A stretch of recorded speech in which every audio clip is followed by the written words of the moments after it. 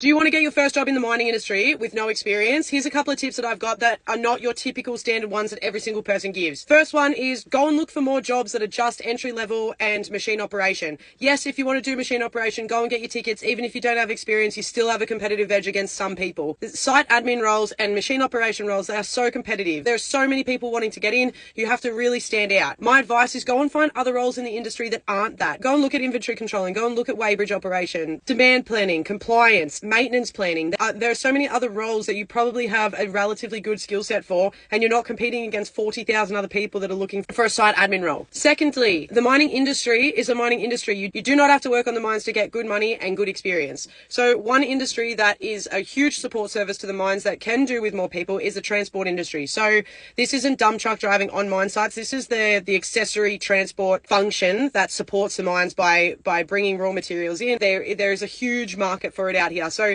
if you're a driver, if you've got your MC license, or if you have a HR license, or you have a forklift license, or you have some type of interest in the transport industry, there is a huge appetite to get people in. If you work in the transport industry for a couple of years, you then work in the industry. You have worked in this industry, you understand how it is, you know what's going on, and you are far more likely to get picked up in a mining role. However, the money isn't quite as good, but it's still significantly better than what you would be earning if you're in the cities. Have a look into accessory functions outside of mining as well. There's a lot of opportunity there. Number 3, you might have to be willing to relocate. So I'm from Victoria. I know a lot of people from Melbourne that are like, oh, I really want to get into the mines. I really want to be FIFO. I want to do that. There are options in the mining industry to salary sacrifice your flights from, say, Melbourne to Brisbane. That is really hard if you have no industry experience. If you have worked in the industry, you're well respected, you're good at your job, and people know who you are, yes, getting to live anywhere, it becomes easier. But if you're trying to get in for the first time and you're saying that you're from Melbourne and you're competing against, for example, again, a site admin role, and you're competing against people that live in the region or people that live really close to the airport for their FIFO role,